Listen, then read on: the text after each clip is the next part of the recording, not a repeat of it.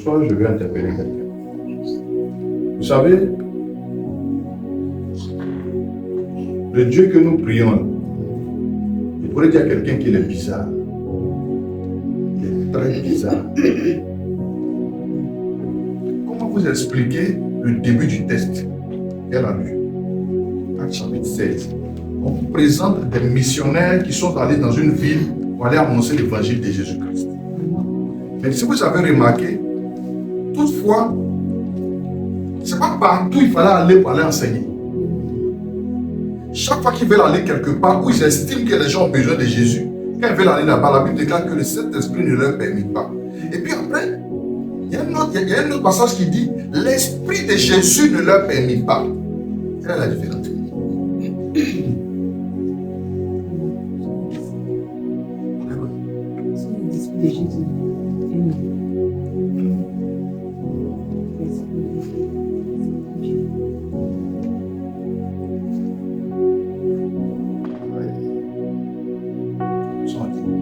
Je l'ai dit la gloire de Dieu, un point d'eau. La bouche. Est-ce que ça a la bouche Dieu? C'est Dieu et Dieu. Quand la Bible te parle de la bouche, ça parle de proclamation parce que tout a été créé. Par ta bouche là, tu peux changer n'importe quelle situation. Alléluia. Vous savez, chaque fois que nous nous trouvons dans une situation chaotique, tout en sachant qu'on a bien agi, on fait bien l'œuvre de Dieu, on marche très bien, et qu'une situation chaotique nous arrive, qu'est-ce qu'on doit faire? On doit s'asseoir et puis chercher à comprendre pourquoi est-ce que Dieu a permis cela. Est-ce que quelqu'un me suit? Il faut t'asseoir pour chercher à comprendre pourquoi, malgré que je sois serviable dans l'église, malgré que je jeûne, malgré que je fais tout, c'est-à-dire que je suis au service du pasteur, je suis à l'église, je balaye, je nettoie. Quand il t'allait faire ça, je fais. Je suis aux toilettes, je fais tout ce qu'il faut. Mais malgré cela, Dieu a permis qu'une telle situation m'arrive. La première chose à faire, c'est de chercher à comprendre pourquoi est-ce que Dieu a permis cela. Si tu me suis, donne-moi un amen. Amen. Si tu ne cherches pas à comprendre ça, tu passeras ton temps à insulter Dieu, à dénigrer l'église, et tu vas oublier tout ce que Dieu a déjà fait pour toi. Et la seule chose qui sera devant toi, c'est ce que Dieu n'a pas encore fait. Alléluia. Amen. Dans chaque situation, il faut t'asseoir et puis te poser des questions. Alléluia. Amen. Dieu permet souvent à nos adversaires de pouvoir comploter contre nous. Il y a des situations, quand ça arrive, là, tu te poses la question, mais moi-même, là, il va chercher quoi en église? Parce que c'est la question que le Satan va te poser. Maintenant, la question, c'est de savoir pourquoi est-ce que Dieu permet cela? C'est à toi, tu vas me prendre Deutéronome chapitre 8. Deutéronome 8 à partir du verset 2. Et vous allez comprendre quelque chose. Mais toi, tu restes sur ta ligne. Parce que la partie là n'est pas encore faite.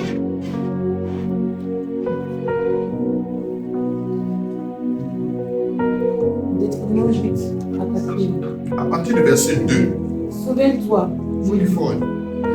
Souviens-toi Souviens-toi de tout le chemin que l'Éternel, ton Dieu, t'a fait faire pendant ces 40 années dans le désert, afin de t'humilier et de t'éprouver pour savoir quelle avait les dispositions de ton cœur.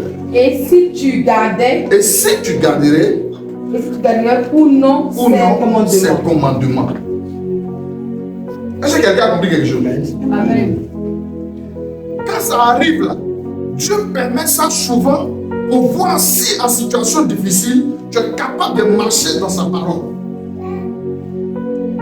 Alléluia. Amen. Il permet ça. Regarde, il faut continuer de lire le test là. Il y a quelque chose qui est extraordinaire dans le test. Continue, tu vas voir. Verset 3. Il t'a humilié. Il t'a humilié. Il t'a fait souffrir. Il t'a fait souffrir de la faim. de la faim. Il t'a nourri de la manne. Il t'a nourri de la manne. Arrête-toi un peu. Mais stop. La manne, là, qu'est-ce que c'est?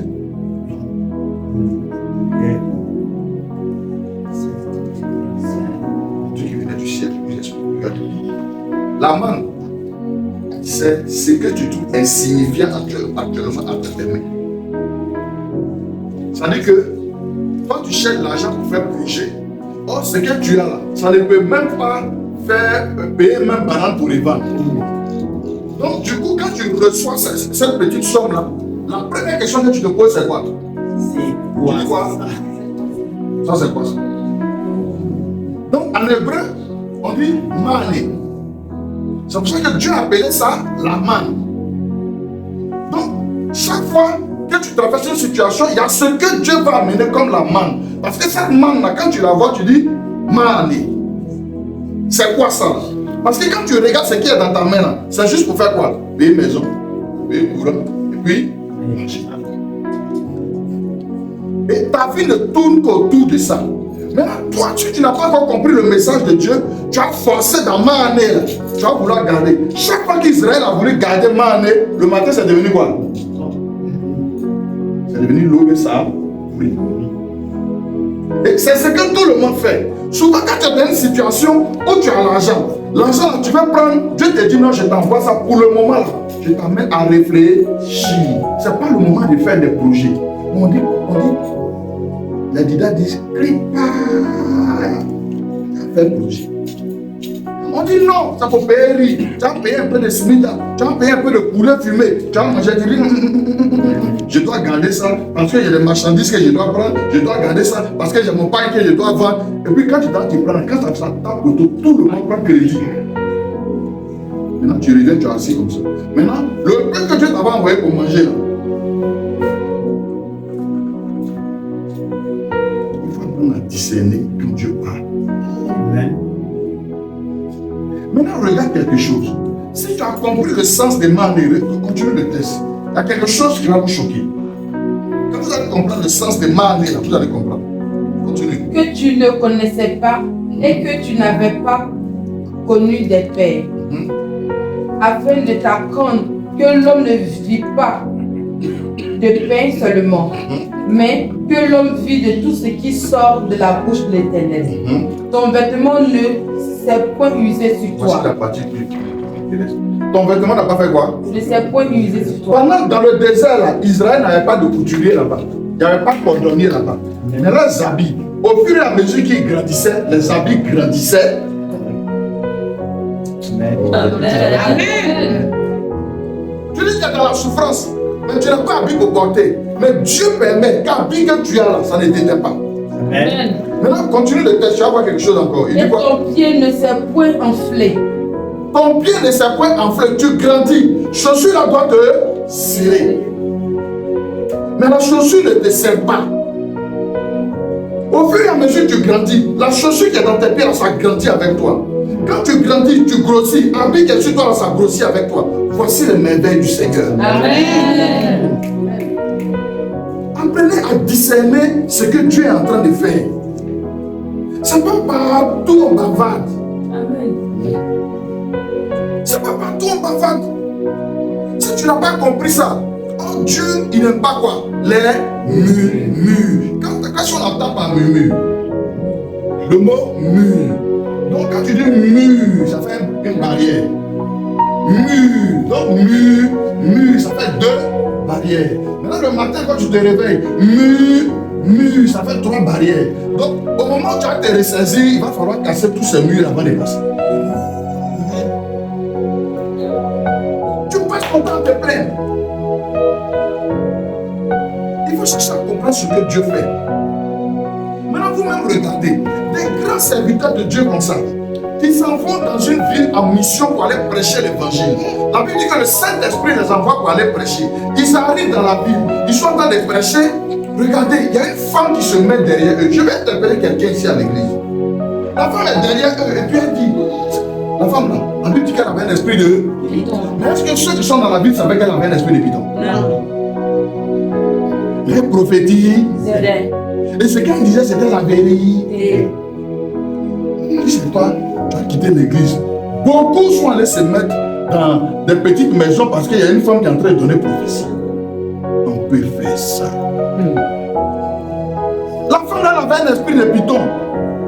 Mais ce qu'elle était derrière elle faisait là. Elle dit, elle est derrière, la Bible dit, elle est derrière Paul et puis c'est bien écrit. Ces hommes-là sont les serviteurs du Dieu très haut. Ils annoncent la bonne nouvelle. Est-ce que c'est ce qu'elle disait? C'était faux. C'était la vérité. Mais à votre avis, pourquoi elle faisait ça?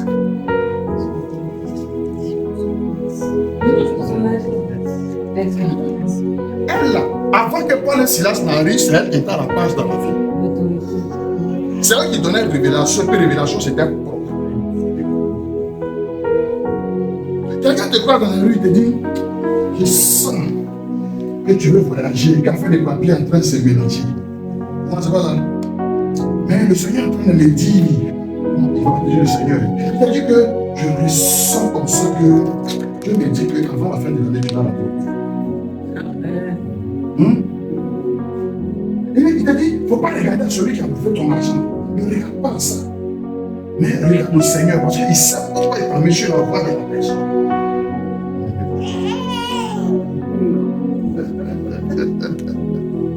Alléluia. Donc, quand tu es là, quand tu entends de travailler de cette manière-là, tu suis la personne de près. Et puis elle est derrière eux. Elle crie. Ingrid, continue ton texte. Quelqu'un va comprendre quelque chose. Verset 25.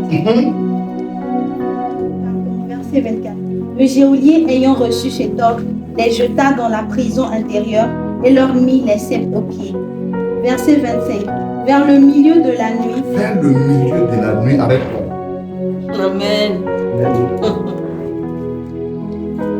La femme était derrière Paul et puis Silas parce qu'elle cherchait quelqu'un pour rendre crédible son business. Est-ce que quelqu'un me comprend? Amen. Je vous explique bien terre à terre. C'est-à-dire qu'il y a deux grands serviteurs de Dieu devant elle. Si ce qu'elle est en train de dire là, si un seul se retourne et puis il dit, ce qu'elle dit là, c'est la vérité. Nous sommes les serviteurs du Dieu très haut et nous annonçons la bonne nouvelle. Après le départ de Paul et Silas, les gens qui ont venu chez elle ne peuvent pas comprendre. Donc elle cherchait le moyen de pouvoir rendre crédible son affaire. Ce qu'elle était derrière eux. Ceux qui étaient là ne savaient pas. La Bible dit qu'elle est restée derrière eux pendant quoi? Plusieurs jours. Mais c'est quel mal ils ont fait?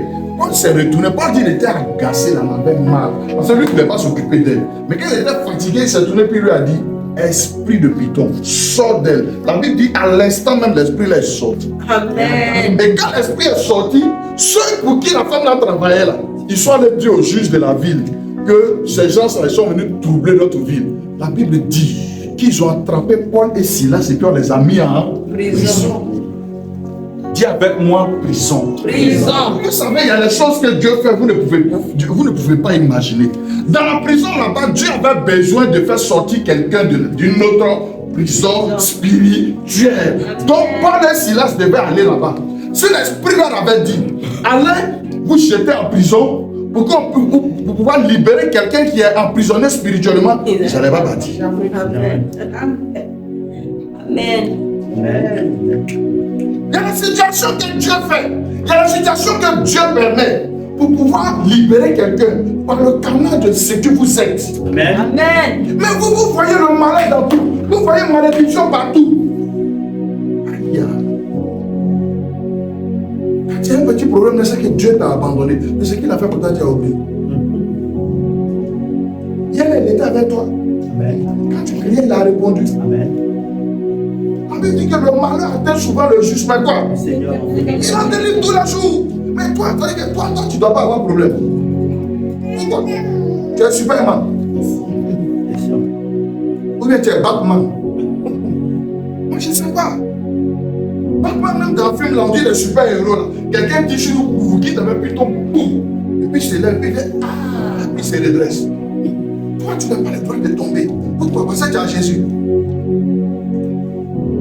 Jésus lui-même, là, ils l'ont frappé jusqu'à... Lui-même, il a confirmé Vers la fin. Jésus a regardé comme ça et puis il dit, Baba, vraiment, frère, ça devient compliqué. Et ça, pour la pouvoir s'éloigner de moi, pardon. Amen. Mais en tout cas, si ça dépendait que de moi, affaire à rien laisser. Ah, il est venu pour mourir, il est venu pour ça. À un moment donné, il dit non, c'est vrai, non, c'est bon. Et cette affaire où je dois mourir pour les hommes, là, vraiment, c'est bon. Jésus a failli renoncer. C'est normal que ça te fasse mal. C'est normal que tu le. Pourquoi? Parce que tu es humain. Mais à un moment donné, il faut t'asseoir. Il faut réfléchir. Rappelle-toi de ce que Dieu a déjà fait. Sinon, si tu ne te rappelles pas de ce que Dieu a déjà fait, tu vas maudire Dieu et ta situation va rester la même. Il ne faut pas faire comme la femme de Job. La femme de Job, elle avait lâché son mari quand petit truc elle dit à son mari, maudit Dieu, elle meurt. Mais si je maudis Dieu que je meurs, quand tu vas aller où? Tu vas te remarier.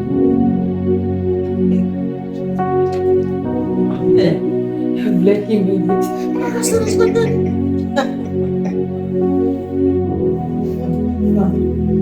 Comment des gens que Dieu envoie en mission dans une ville, arriver là-bas, on les jette en prison? Je t'assure que si c'était toi, on t'a mis en prison comme ça. Voilà. Oui. Si elle savait même, elle allait rester à travers un centre d'appel. Je ne sais pas qui m'a appelé, j'ai décidé de devenir pasteur. Il est venu mourir dans la prison étrangère ici pour rien. C'est les propos qui vont sortir de ta bouche. Mais la Bible dit quoi? Vers le milieu de la nuit. Prends le passage. Vers le milieu de la nuit, Paul et Silas priaient et chantaient les louanges de Dieu et les prisonniers les entendaient. Attends, avant de faut redescendre. Moi, va au verset 23, il y a quoi? Après qu'on les eut chargés de coups. On les eut pas quoi? Chargés de coups. Ça veut dire quoi? Quelqu'un peut interpréter. On les a frappés. Parce que je m'ai parlé de Jésus, on va me fouetter. On va prendre ma traque, on va me frapper, on va casser mes os. On finit de casser mes os, et puis je m'en vais. Quand on finit de me frapper, non, j'ai la douleur là. Maintenant, je viens m'arrêter à l'église. Dieu, tu es merveilleux, Seigneur, tu es excellent. Qui va faire ça ici? C'est fort, Toi seulement le païen est venu t'insulter un peu seulement tu ne pouvais pas oublier.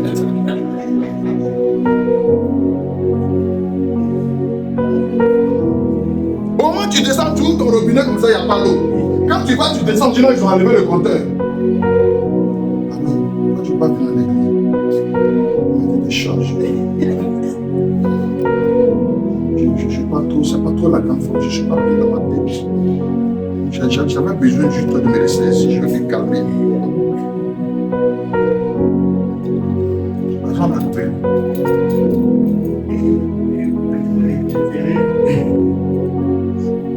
En fait, ce qui me fatigue, c'est, vous savez ce qui me fatigue? Ce qui me fatigue, c'est que quand tu es dans la maison des gens, hein, ils mettent, pour aller prendre l'eau là, ils prennent là. Ils prennent l'eau. La boule,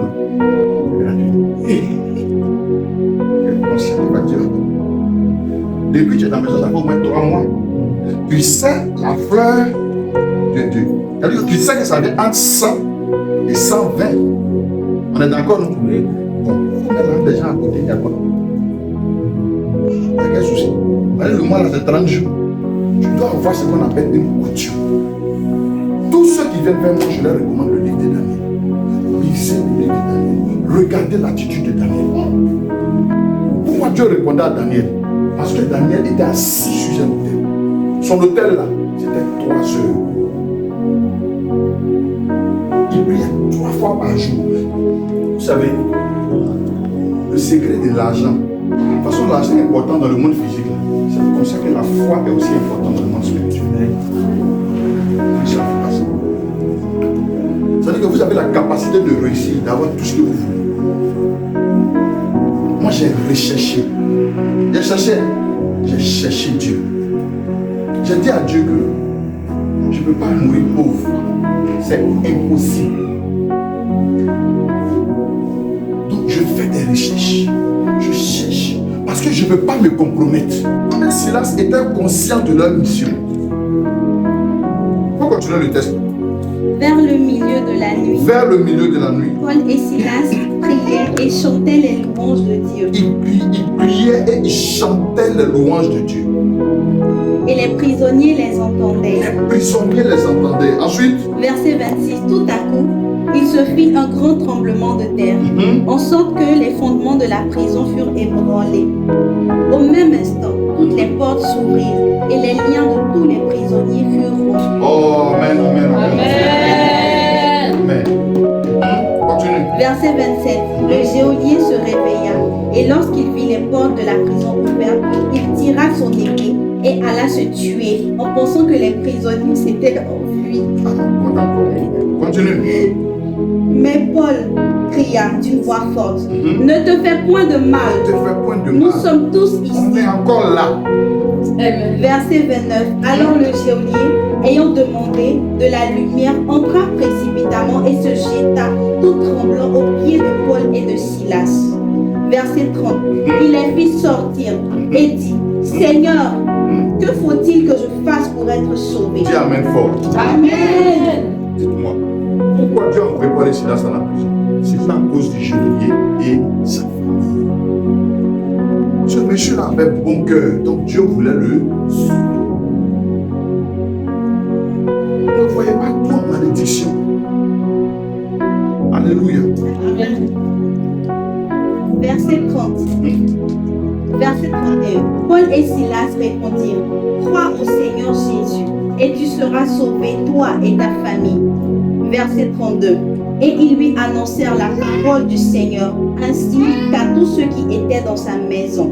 Verset 33. Il les prit avec lui à cette heure même de la nuit. Il lava leurs plaies et aussitôt il fut baptisé, lui et tous les siens. Verset 34. Les ayant conduits dans son logement, il leur servit à manger. L'homme qui les a mis en prison, le gardien qui les surveillait là, c'est lui qui les envoie chez lui à la maison pour manger. Bien aimé. Attends, il faut reprendre un autre texte. Il y a quelque chose que les gens pensent que quand ils lisent là, c'est fini. Il faut me prendre Acte chapitre 12. À partir du verset 1. Acte 12, verset 1. Vers le même temps, le roi Hérode se mit à maltraiter quelques membres de l'Église. Verset 2. Et il fit mourir par l'épée Jacques, frère de Jean. Le livre de Jacques, on lit dans la Bible, là, Jacques a été égorgé devant tout le peuple. Continue. Verset 3. Voyant que cela était agréable aux Juifs, il fit encore arrêter Ses Pierre. propres frères. Il fait arrêter maintenant Pierre. C'était pendant les jours des pains sans levain. C'était le jour de la Pâque.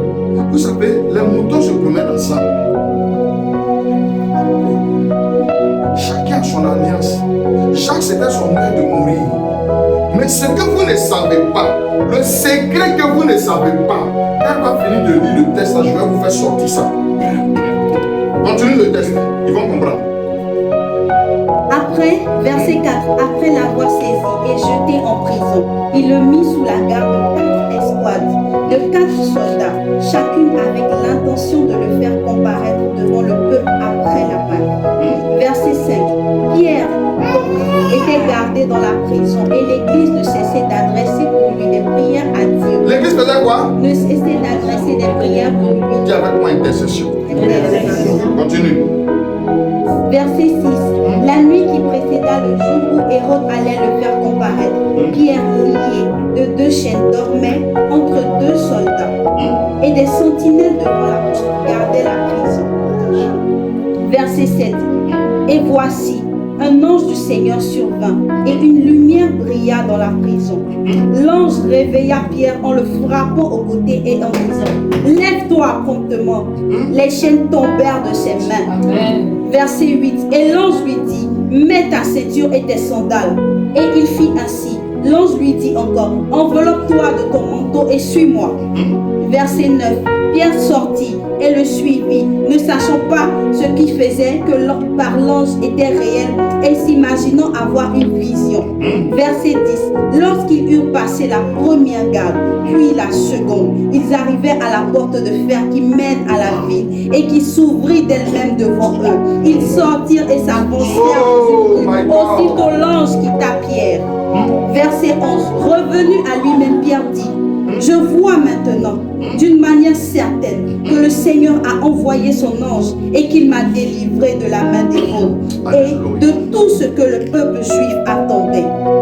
Verset 12. Après avoir réfléchi, il se dirigea vers la maison de Marie, mère de Jean, surnommée Marc, où beaucoup de personnes étaient réunies et priaient. Verset 13, il frappa à la porte du vestibule et une servante nommée Rhode s'approcha. Oh, dis avec moi que je vais surprendre ma famille. Je vais surprendre ma famille. Tous ceux qui pensent que je ne vais pas réussir, Tous ceux qui pensent que je ne vais pas je réussir, vais les surprendre en cette fin d'année. je vais les surprendre en cette fin d'année. Au nom de Jésus. Au nom de Jésus. Continue le texte. Verset 14, elle reconnut la voix de Pierre et dans sa joie, au lieu d'ouvrir, elle courut annoncer que Pierre était devant la porte. Verset 15, il lui dit, tu es folle. Mais elle affirma que la chose était ainsi. Verset 16, et il dit, c'est son ange. Cependant, Pierre continuait à frapper. Ils ouvrirent et furent étonnés de le L'homme voir. qui est devant la porte, il faut ouvrir, il va rentrer avant d'aller annoncer une nouvelle. Elle était dépassée par les événements. Alléluia. Amen. Alléluia. Amen. Dieu fait des merveilles. Amen. Et au moment où tu t'y attends le moins, dis Amen. Amen. Vous savez pourquoi Dieu allait délivrer l'autre? Parce que Jésus-Christ avait une partie. Il a remis quelque chose à Pierre. C'était quoi? Pierre avait la clé.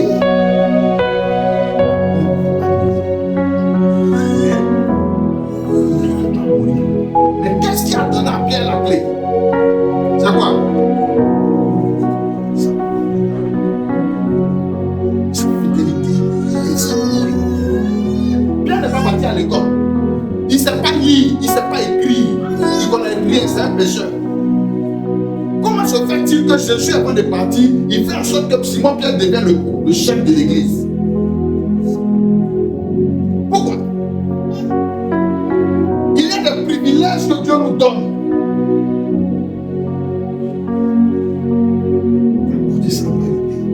Amen.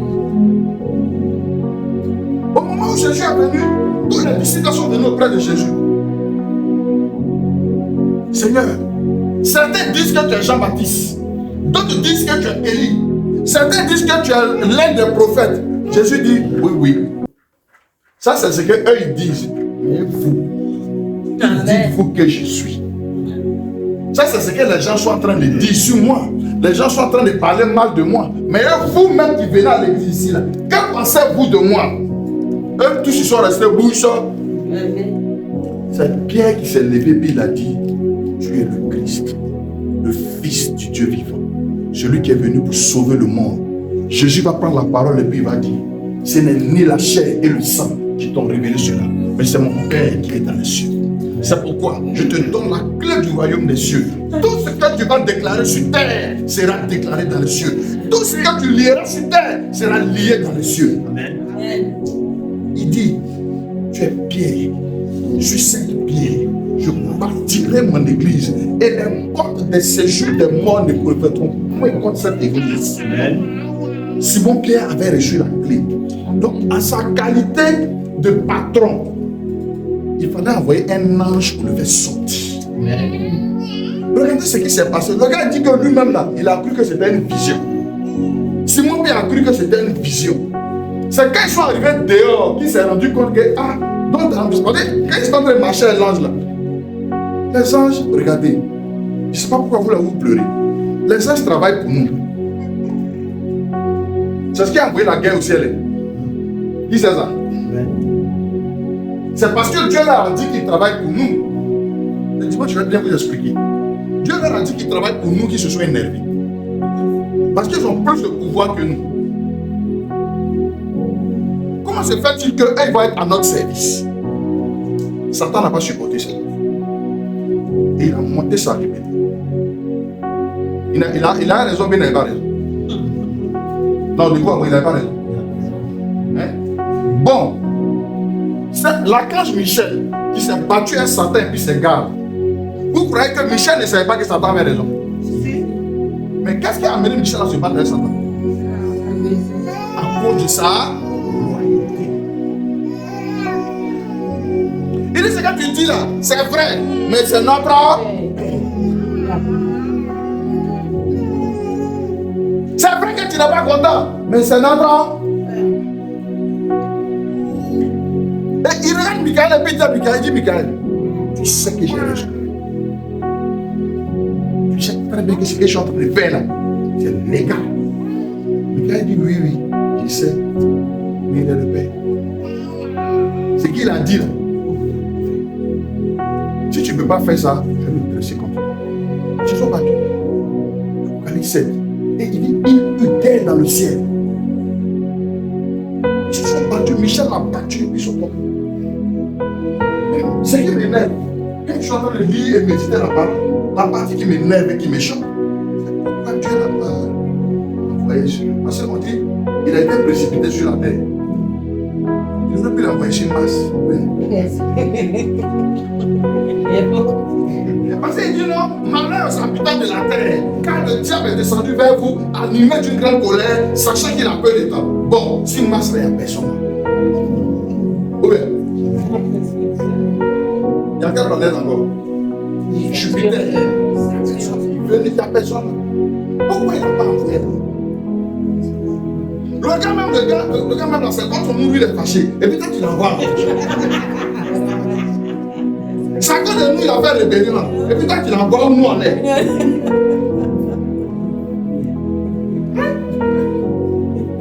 Vous pouvez me regarder? Non, pour ceux qui ne savent pas là, c'était dangereux. C'était un archange.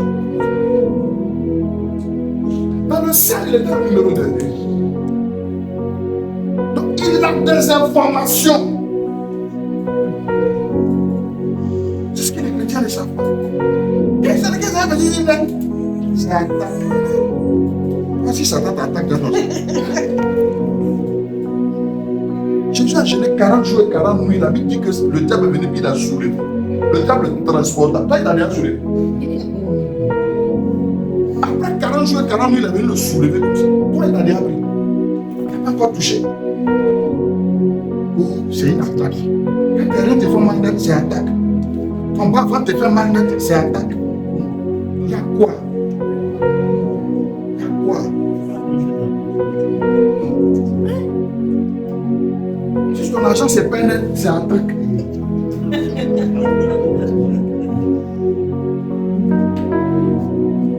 Dieu sait ce qu'il fait.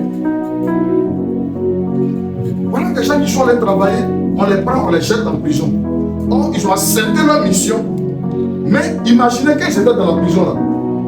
Chacun allait s'asseoir comme ça.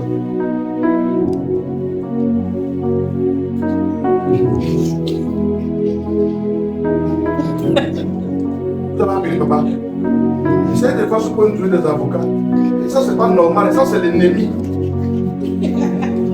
Vraiment. Il a fait ça. Là, ils vont commencer à réfléchir. C'est plus du murmure, plus la situation dure. Maintenant, pendant qu'ils seront assis en prison là-bas, ils vont commencer à réfléchir. Parce que Fabien n'est pas venu me voir en prison. Il est venu. Non, c'est pas que c'est pas venu. On a fait de l'église, ça va bien se. Ils ne vont pas comprendre que c'est Dieu qui les a envoyés en mission. Papa même, il est passé nous voir même une seule fois, il n'a plus mis sa pied là-bas.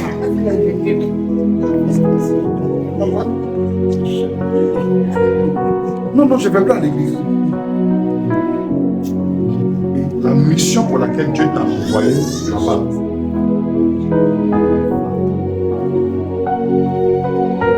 C'est ce que nous vivons ici. Vous êtes là, au lieu d'aller à l'essentiel. Ça veut dire que vous pensez seulement à vous. À vous. À vous. Alléluia. Amen. Vous devez faire la différence pour comprendre quel est le message que Dieu vous apporte. Et quelle est la mission qu'il vous confie. Dans la situation où vous êtes là, quelle est l'attitude que Dieu veut que vous ayez. Voici la question que vous devez vous poser. Nous sommes dans un temps de contemplation aujourd'hui. La contemplation, c'est ce qu'on appelle quoi? L'admiration. C'est-à-dire que aujourd'hui je regarde mon Lionel. Si je veux que ce que Lionel a là vienne sur moi, j'apprécie ça. Quand je l'ai dit, là,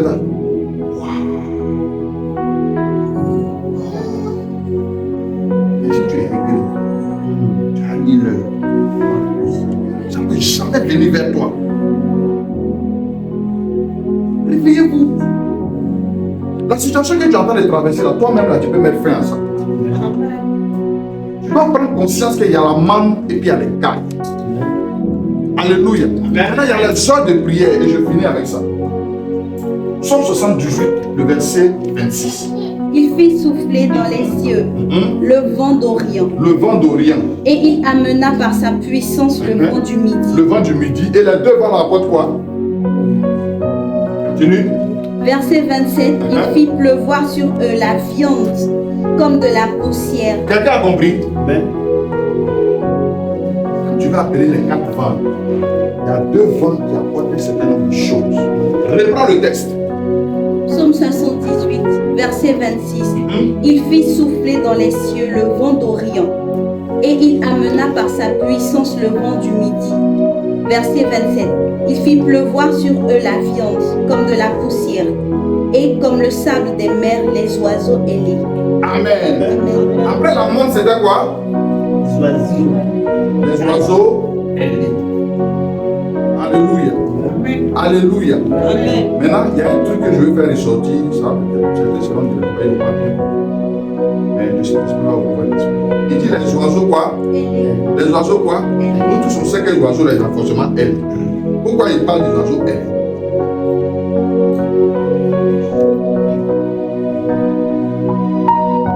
Je vous écoute. Pourquoi il parle des oiseaux ailés?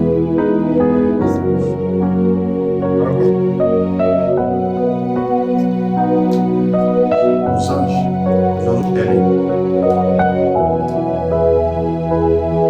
Ça veut dire que pour pouvoir entrer dans la dimension où la viande et les cailles tombent, entrer dans la dimension de qui? Quand on parle de la dimension de l'aigle, c'est une vie de prière, une vie de consécration. Parce que l'aigle, il fait quoi? L'aigle fait quoi? Il vit dans les hauteurs. L'aigle a la capacité de chasser sur 3 sphères différentes. Il chasse dans le ciel, il chasse sur l'eau, il chasse sur la terre. C'est quoi? Le Père, le Fils et tu dois être dans la dimension de l'aigle. Dis-moi Amen fort. Amen. Le verset 17, il dit: oh, le Seigneur, c'est l'Esprit, et là où est l'Esprit du Seigneur, là est la liberté. Nous tous qui, le visage découvert, contemplons comme dans un miroir la gloire du Seigneur, nous sommes transformés en la même image, de gloire en gloire, comme par le Seigneur l'Esprit. Dis Amen. Amen. Je reprends. Oh, le Seigneur, c'est l'Esprit. Et là où est l'Esprit du Seigneur, là est la liberté. Nous tous qui, le visage découvert, contemplons comme dans un miroir la gloire du Seigneur, nous sommes transformés à la même image de gloire en gloire, comme par le Seigneur l'Esprit. Amen. Amen. Amen. Amen. Amen. Amen. Amen. Amen. On va fermer les yeux.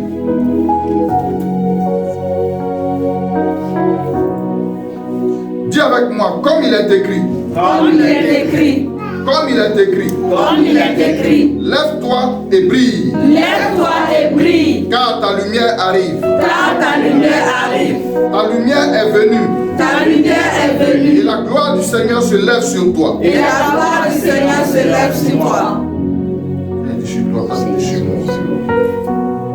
Seigneur, Seigneur, Seigneur, Seigneur, en cette saison d'élévation, en cette saison d'élévation, que ta gloire que ta gloire puise des bénédictions incroyables produit des bénédictions incroyables dans mes affaires. dans mes affaires. Au nom de Jésus, Au nom de Jésus, j'envoie le feu du Saint-Esprit j'envoie le feu du Saint-Esprit déloger déloger toute la puissance satanique toutes les puissances sataniques qui occupe l'espace de ma grandeur. qui occupent l'espace de ma grandeur. Au nom de Jésus, dis avec moi, par la puissance que j'ai reçue, par la puissance puissance que j'ai reçue de Jésus-Christ, de Jésus-Christ, de Jésus-Christ, de Jésus-Christ, et par le Saint-Esprit, et par le Saint-Esprit, je récupère toutes les opportunités que j'ai perdues.